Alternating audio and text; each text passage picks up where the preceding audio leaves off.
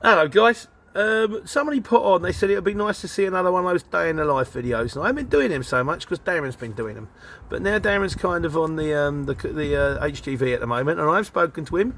He's doing the HGV at the moment because he's got a job and the money's good. But at the same time, he's still on the CX. He's got a couple of people on vans working for him. He's still trying to build something up, kind of like me. So doing all right there. Yeah, so you want a day in the life? I'll give you a day in the life today because today was a day in the life CX, quite an unusual one. It all started yesterday when yesterday went a bit square because they shut the motorway for 2.5 hours. So then I didn't get finished till late, and I dropped my final job. Well, I didn't that late. I finished up in Milton Keynes at 3:30 because I had a return, and then I left Milton Keynes and I got back to the yard at 4:30, about 4ish. At which point a job pinged up for the morning, going from Milton Keynes to Portsmouth. So I've got two choices. I could pick it up in the morning or go back to Milton Keynes where I was actually at the yard. I could actually see my parking space, or go back to Milton Keynes but have it on early and drop it off early in the morning. So of course I turned around, went back to Milton Keynes, waited an hour to get loaded and got back at 6:30. But I was done in the morning. So my day on the CX this morning, I went down to Portsmouth. I had 4 pallets to drop at a freight forwarder, and then I had 1 pallet to drop a house. So I'd done all that. That was 140 quid, got that one off early.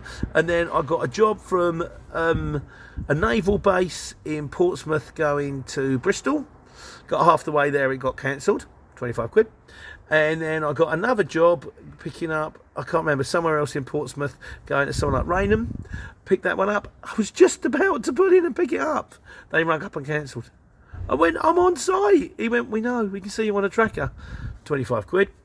Then I got another job, which was coming out of Andover, and that had to go to St Mary's Axe. London's a nightmare. So that had to go to St Mary's Axe. I got there. I run the guy 3 times to say I was coming. He went to the answer machine 3 times. I got there on time to the right address, but they wouldn't let me in. And then we finally got the guys from the site to come in and say, yeah, this is the guy, that's him there, there's his booking slot, because they'd given me the wrong name. I'd missed my booking slot. So then they managed to, they took off the saw blades and the screws off it.